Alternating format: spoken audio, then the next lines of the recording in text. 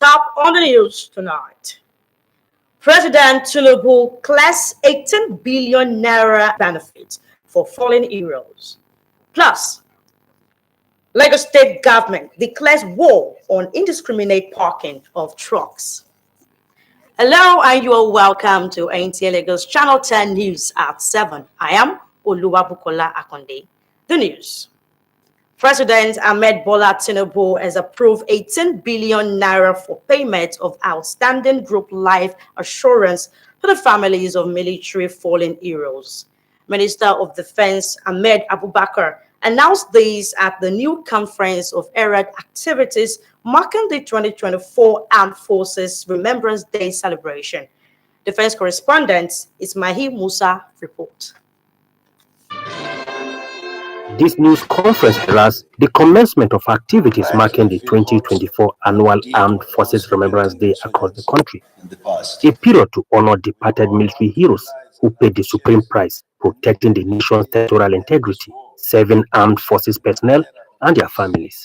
Activities marking the forthcoming celebration includes community service by members of the Nigerian Legion, skill acquisition program for widows, emblem launching, special Jumat and interdenominational church service. The climax of the celebration will be the laying of words by Mr. President and other dignitaries at the Arcade, Abuja on Monday, 15th January 2024. The governors will also lay words simultaneously in their respective states. To improve the welfare of military veterans and the families of the fallen heroes, the Minister of Defense stressed that the federal government approved inclusion of ex-servicemen and their families in the cash transfer program and the payment of debarment allowance. President Bola Ahmed Tinubu has recently approved the sum of 18 billion naira to pay for the outstanding losses done for those officers that are not covered by previous years' life insurance. The Military Pension Board is conducting regular verification to block leakages and ensure prompt payment of benefits to retirees. In Abuja, Ismail Musa, NTA News. President Bola Ahmed Tinubu has approved more than 260 road intervention across the 36 states of the Federation and the FCT.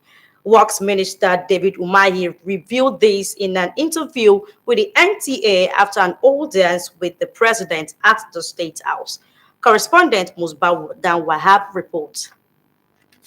One-on-one meetings with ministers dominated the president's schedule for the day, and the meetings have been purposeful as very effective.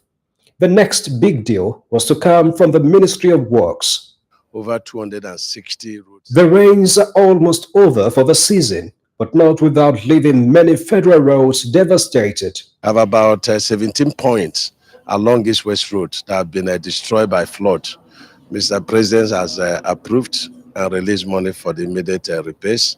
The president has also approved the resurfacing of the third mainland bridge, construction of Lekki Deep Sea Port Road, reconstruction of 2 collapsed bridges in Enugu, and reconstruction of 2 locations on Onitsha-Owerri Road. The emergency roads repairs will go up about 217 billion naira. Other roads approved for construction include the upgrading of the ongoing Abuja-Kefia-Kwanga-Lafia Road and dualization of the Lafia bypass. And of course, the construction of Lafia bypass dualization, from Makodi through Oturupo, through Obolafo, down to 9th Mile.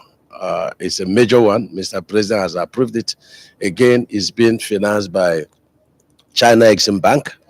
The Lafia Kefi is also financed by China Exim Bank. The process for the road projects begins immediately. We are doing these designs and we are doing the procurement and selecting contractors to do this. We're calling some contractors that have existence projects within these locations. Getting selective tendering, from the approval of BPP, and these are the procedures. So I'm very sure that with the onset of dry season, from November, this work will get started, and we're going to put a lot of pressure on them for them to complete the works. FCT Minister Nyesom Wike, his counterpart in industry, trade and investment, Doris Anite, also had their separate times with the presidents. From the State House, Musbau and Wahab, NT News. In line with constitutional mandate, the House of Representatives Committee on Niger Delta Development Commission has concluded screening of nominees for positions of chairman and members of the board of the commission. National Assembly correspondent Joshua Ogunjide report on this and the inaugural meeting of the House Committee on Public Accounts. The report. The screening process for confirmation was in fulfillment of the provisions of Section 2, Subsection 2A of the Niger Delta Development Commission Act 2000. The other committee was constituted and mandated in honor of the request of President Bola Tinubu after the consultations with the leadership of both chambers of the National Assembly. The motion to allow the Chirudu ABA-led 17 board member nominees to take a bow and go was moved by the minority whip of the House, Ali Issa, applauding President Tinubu for extending the privilege of appointing 4 members of the National Assembly into such executive offices. Today, we screen the same nominees in the same manner they were screened in the Senate at the Senate Committee of the Whole. Thereafter, the committee shall make recommendations to the House for their confirmation. My fellow nominees and I understand the enormous responsibilities bestowed upon us by Mr. President, and we pledge to uphold the trust with unwavering commitment if led by this House. Meanwhile, the inaugural meeting of the House of Representatives Committee on Public Accounts has held will call on members to make their voice heard with all sense of accountability and statesmanship. The Public Accounts Committee's report findings show that it has never been considered for the past 25 years. The chairman of the committee, Bamdele Salam, maintained that in coming weeks, queries bordering on annual public account of ministries, departments, and agencies of government will be investigated. And as soon as the Attorney General of the Federation is appointed, which we hope will be very soon, the 2020 report will be signed. I have it on very good authority that that report is ready, but there is no person who has the authority by law to sign, and that's why it's not submitted to the National Assembly. Then we can talk about doing 2021 and 2022. Let's start from somewhere. You may not do 100% work now. Take 5 agencies, take 10 agencies. Out of more than, just shake Nigeria. They will say these people have started working. Members of the committee also deliberated on charting the course for better oversight, particularly on the office of the Auditor General of the Federation. From the National Assembly, Joshua Oguchide, NT News. The Minister of State Petroleum Resources Oil, Senator Ainekin Lopobiri, has pledged to work with all stakeholders towards increasing crude oil production and more revenue for the country. It says following the engagement with critical stakeholders in the sector, it is optimistic that visible improvements already manifesting in the production value chain will be sustained. Lydia Sampson reports on the highlights of an interface with energy correspondents in Abuja. The report. Noting the fact that Nigeria is still very much dependent on oil for substantial revenue and forest reserves, the already steadily increasing production requires all hands on deck. He acknowledged that the media has a key role in positively showcasing the world has the best place to invest. Sole ambition is increase production, and also to ensure how we can rekindle, the confidence of, the industry. This industry has become more competitive. All countries in Africa producing oil, all countries in the world are producing oil. And so the IOCs have a lot more opportunity, a lot more options, in terms of where they want to invest. And so we have to also ensure that our governance, our fiscal, regulatory frameworks are also competitive to that. We don't provide any opportunity for disincentives. So He says, in addition to tackling security, the ministry has identified where the shortfall in production is coming from and that it is being tackled. The chairman of Energy Correspondents in Abuja, Victor Nodim, promised the minister that energy correspondents will continue to collaborate with the minister and the ministry in projecting policy thrust of the ministry as well as to harmoniously escalate challenges in the sector. He said open door interactions will enshrine greater synergy for a win-win symbiotic industry projections across the value chains. In Abuja, Lydia Sampson, NTA News. The Economic Community of West African States, ECOWAS, through its Directorate of Humanitarian and Social Affairs, is working to ensure stronger protection of children in the sub-region. This was restated at a retreat by the Commission and its partners in Lagos to develop an intersectoral strategic plan for the promotion of the child rights. Joy Ken Abakoya report. Children in the West African region have been plagued by a myriad of challenges ranging from poverty, abuse, and exploitation to lack of access to quality education and health care. These problems have impacted their rights. To address these, ECOWAS heads of state and government in 2017 adopted a strategic framework for strengthening national child protection systems to prevent and respond to violence and other ills against children. The policy was reviewed by the ECOWAS in 2019, and a new child plan of action that covers protection, survival, development, and participation was adopted. Officially declare the meeting. This retreat is therefore to assess the policy so far and discuss ways to improve coordination to ensure all developmental actions taken by ECOWAS serves children. We know that child rights issues are cross-cutting, so they go way beyond just this one department, directorate, and the division, and will involve all our colleagues from different other parts of the ECOWAS Commission, both the Commission and other institutions which work semi-independently of the ECOWAS Commission as well. So this is really more of an internal retreat focused on ensuring that ECOWAS as a whole is well attuned to delivering on the rights of children, not just the specialized structure.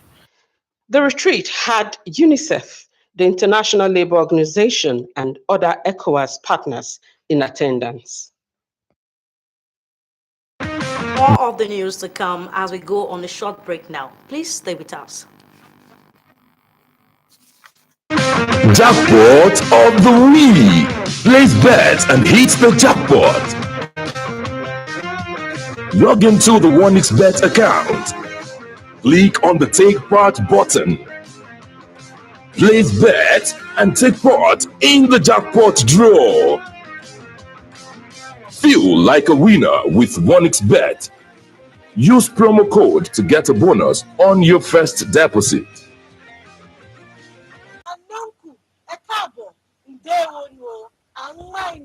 The program is In and Around. In and Around is an educative and enlightenment program that showcases lifestyle, arts, music, culture, and anything of unique interest. Watch In and Around.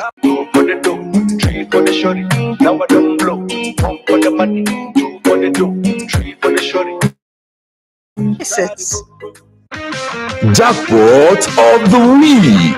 Place bets and hit the jackpot. Log into the OneXBet account. Click on the Take Part button. Place bet and take part in the jackpot draw. Feel like a winner with OneXBet. Use promo code to get your first deposit. Welcome back, and if you are just joining us, you are watching NT Lagos Channel 10 News at 7. Nigeria joins in marking this year's World Egg Day with the theme egg for the healthy future. This year's celebration is coming at a time poultry farmers are complaining of market glut. Musa Aliyu tells us more. Global egg business stood at $271 billion as at January 2023. The market grew by 8.7% from the $249 billion recorded in 2022. Projections show that the market is expected to grow to $374.89 billion in 2027. The World Bank ranks Nigeria as the second largest producer of chicken, and about 21 billion eggs are produced on an annual basis. However, compared to other countries, Nigeria's egg consumption is put at 60% per annum per capita, compared to 250 eggs per annum per capita in advanced countries. This brought about glut in the market as supply is higher than demand. The issue of subsidy removal also come, and now we are having a scarcity of maize, which make the price of poultry feed increase astronomically, and this will also translate into increase in price of crate of egg, and this also affects the purchasing power of customer. So now the cost of egg as it is today is about 2,500 naira per crate from the farm.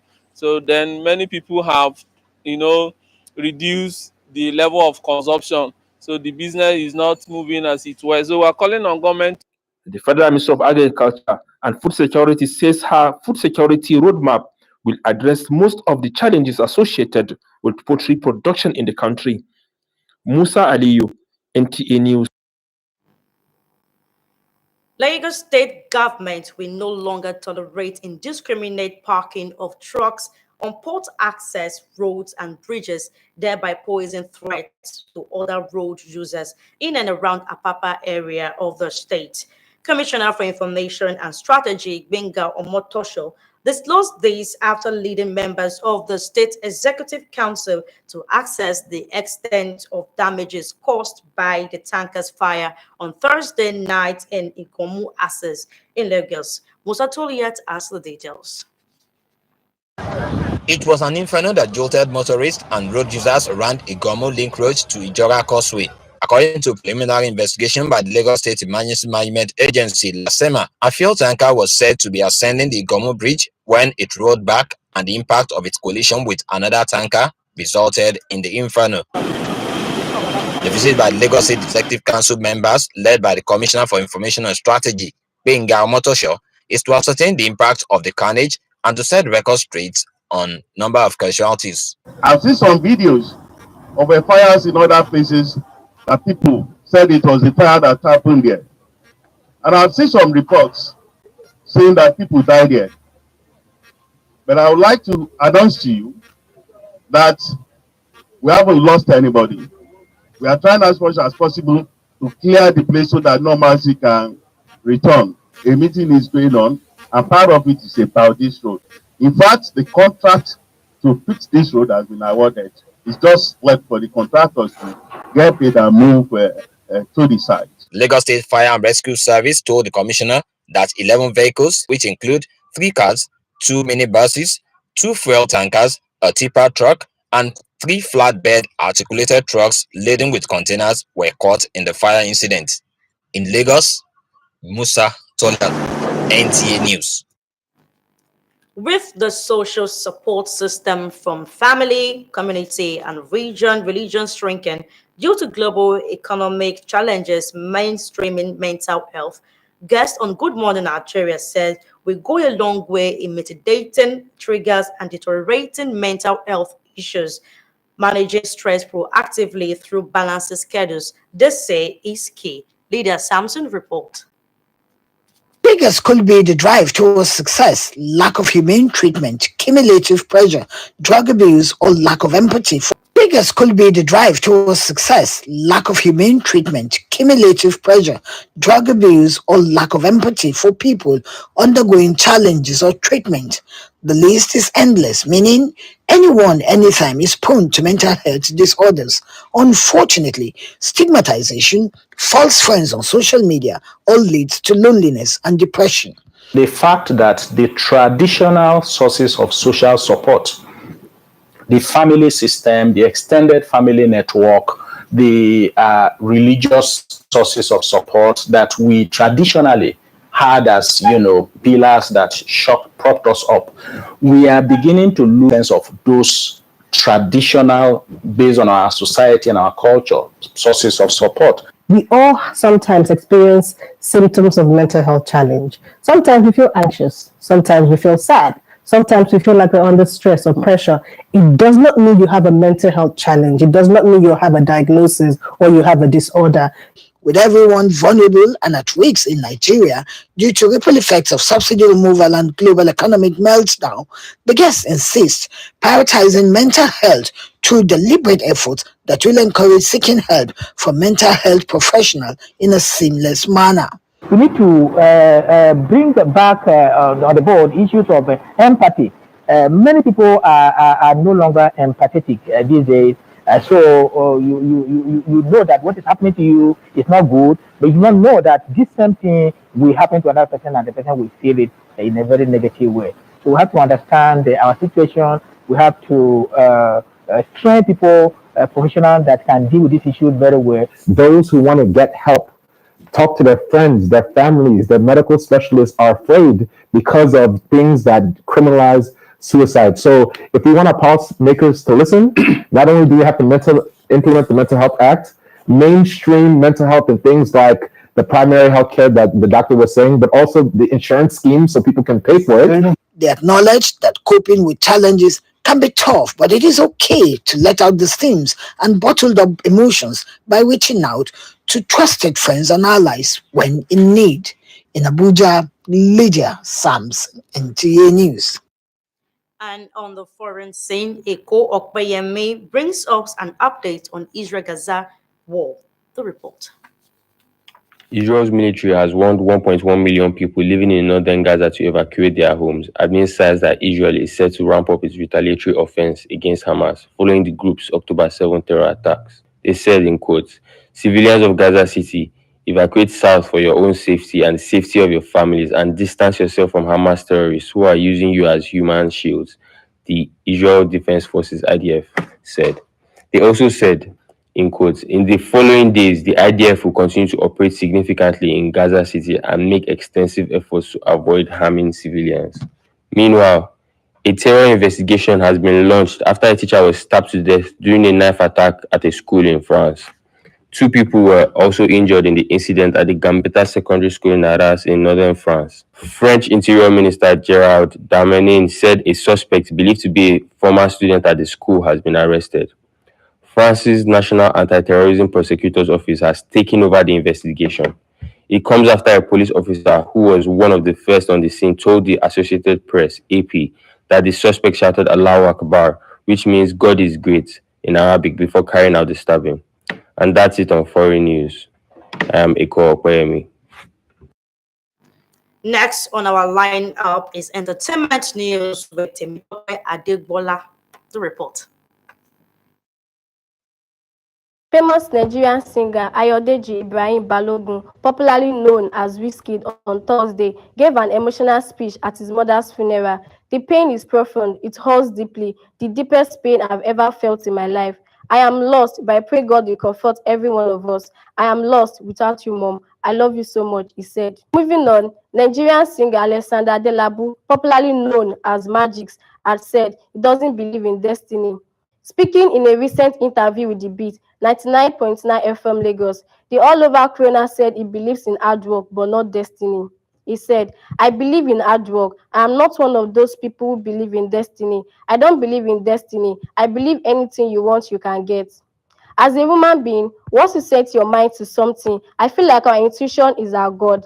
The Marvin's record artist also disclosed during the interview that his latest song, Maria, was inspired by a true-life event. On the foreign scene, American actress and talk show host Jada Pinkett Smith said late rapper Tupac Shakur was her soulmate, despite being married to actor Will Smith for 19 years. The mother of 2, however, said she and Tupac weren't meant to be a couple, stressing that there were no romantic chemistry between them. She spoke in a recent interview with media personality Krista Jordan, and that's on the world of entertainment. I'm Temitope Adegbola. Now, let's join Kate George on Sport Update. The Super Eagles of Nigeria will Friday evening in Portugal take on the Green Falcons of Saudi Arabia in an international friendly match. The Nigerian national football team are three-time African champions, while the Saudis are three-time Asian champions. Both sides have met only once in 2010, which ended in a goalless draw. The Super Eagles are currently ranked 40 in the world, while the Falcons of Saudi Arabia are rated 57 in the world. The match is scheduled for 5 p.m. Nigerian time. Still talking football, the Super Eagles of Nigeria have been drawn in Group A alongside host Cote d'Ivoire, Equatorial Guinea, and Guinea-Bissau for the 2023 African Cup of Nations in the draws made Thursday night in Cote d'Ivoire. It's not a bad draw at all. It seems a bit tough, but at the same time, to be honest, aside from the host, the Elephants, who are obviously going to give Nigeria a very, very tough opposition. In other groups, Egypt, Ghana, Cape Verde, and Mozambique will play in Group B. Group C has Senegal, Cameroon, Guinea, and Gambia. In Group D, it will be Algeria, Burkina Faso, Mauritania, and Angola. Teams in Group E are Tunisia, Mali, South Africa, and Namibia, while Morocco, DR Congo, Zambia, and Tanzania play in Group F. To cricket, Nigerian tops West Africa trophy with 2 games to end. The Yellow Greens, Nigeria's national male cricket team, are sitting comfortably on top of the leaderboard of the ongoing West Africa Cup, being held at the Tafawa Balewa Cricket Oval in Lagos with 8 wins and 2 matches to spare. Rwanda, Ghana, and Sierra Leone are following respectively in the Four-Nation tournament. Nigeria's 8 wins included 3 victories apiece against Ghana and Sierra Leone and 2 off Rwanda national team. In combat sports, Nigerian mixed martial artist Kamaru Usman will on October 21 face Sweden's Khamzat Chimaev at the co-main event of UFC scheduled to take place at the Etihad Arena in Abu Dhabi. The late substitution was announced by UFC President Dana White. Kamaru Usman was not originally part of the UFC 295 card. The event was initially billed to feature Chimaev against Brazil's Paula Costa. Following tests concluded on the fighters ahead of the showdown revealed that Costa was deemed ineligible to compete due to an elbow injury. With Sports Update, Gift George, NTA News. And we've come to the end of the news tonight. Once again, thanks for joining us. I am Oluwabukola Akonde. A very good evening to you.